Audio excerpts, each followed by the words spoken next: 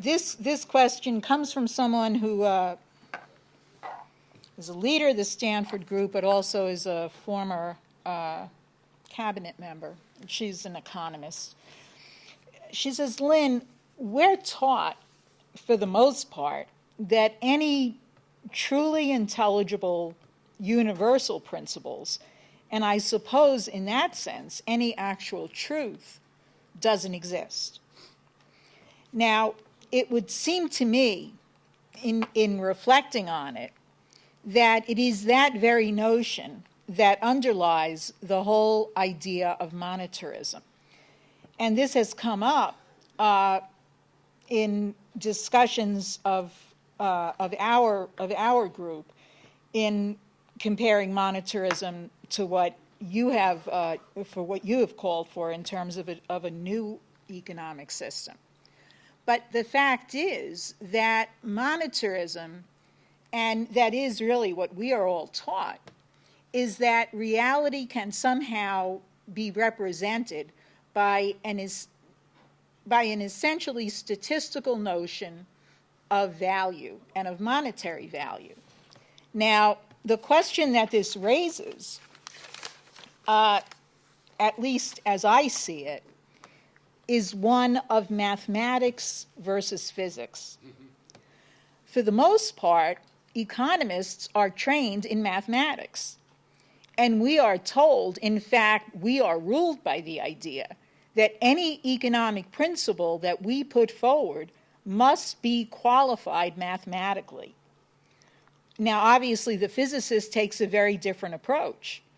And one of the things that has become immediately apparent to us is that your triple curve function could never have been arrived at purely from the standpoint of mathematics. Therefore, and please understand, we're not trying to replace you, but we're trying to figure out why it is that you were able to do this when no one else was. And somehow it seems that it is in this area of mathematics versus physics, in dealing with questions of economy and of national economy, that the answer lies. Would you comment? Well, of course, the whole mathematical system of economics is a fraud inherently. And it was based on an imperialist system to begin with. And it's against humanity. Now, the question should be is, what is causality? There is no concept of causality in a mathematical economics. Huh? We choose one thing over the other. What's the difference? When someone says the mathematical equation, crap, it has nothing to do with it. It's causality that's important. And when we use a financial system which is statistical, it never works. Why? Look, in no case in history, the known history of mankind, has mathematics or mathematical economics ever succeeded in producing an improvement in the conditions of life. Never.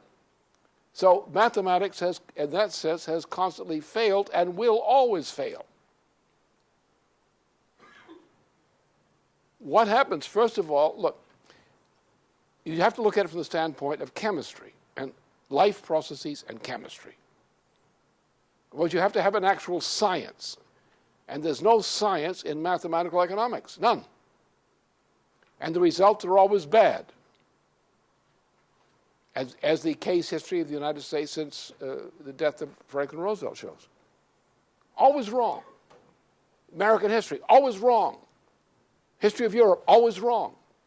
We have the greatest perfection of mathematics per se, with no physics in it, which was introduced by reductionism, especially since Alan Greenspan came into power, and these innovations. The greatest freedom of mathematics to test everything without any difference for quality. The result has been the greatest catastrophe in all human history. So any kind of mathematical economics as such has been proven again and again to be a total failure. Now, if you want to say if failure is a success, your measure of success, then mathematical physics is superior. The fact of the matter is you live in a universe which is essentially consonant with what is defined by Vernadsky's conception of the three qualitative phase spaces of which existence is composed, at least experimental area. The non-living, living processes as such, and the human mind. Three different phase spaces. Now, what do? Mankind does not live naturally. Mankind's achievement is to be highly unnatural. I don't want to encourage certain tendencies by that, but that it is unnatural in the sense of the typical ordinary physical chemist who is not a physical, is not really a competent physical chemist. What is the physical chemistry of the universe? We have the physical chemistry we identify with the non-living, that is, which has no antecedent as an organized process. Then we have processes which are living processes inherently, or residues of living processes. Then we have humanity, which is not quite the same thing as any other form of living process. So we have the three categories. These are dynamic, they are universal and dynamic. They interact. The universe is a composite of these interaction of these three phase spaces and everything that's derived from it. So now, how do we live? Let's take a typical case of iron. How do we get iron? Well, we could get iron in many ways, hypothetically. But how do we actually get it? How have we gotten it in terms of the 18th and 19th and 20th century? We went to areas where a lot of little animals and plants died. We went and we robbed their graves for iron. Now, iron is all over the planet. It's a universal thing. But why do we go and rob graves to get iron? As around the Great Lakes area, it's one of the great deposits of iron. And we rob the graves of the little creatures that died there. That's how we get iron. Why? Because the little creatures who used iron as part of their biological process would, when they died, they would have left a concentration of iron in their little dead bodies. And you can go there and say a prayer over them. So therefore we found that the sources of richest concentration of iron ores for us, such as bog iron in a New Jersey swamp, which is where the Revolutionary War got its metal, iron from New Jersey, from the bog iron swamp. So we concentrate on the grave robbing of living processes. And we find that we go and we take the areas which have the richest concentration of iron, which means the least heat, the least coal used up in order to refine the stuff, and we leave behind the things that are not quite as efficient, that consume too much power in order to reduce this thing to a form of usable iron.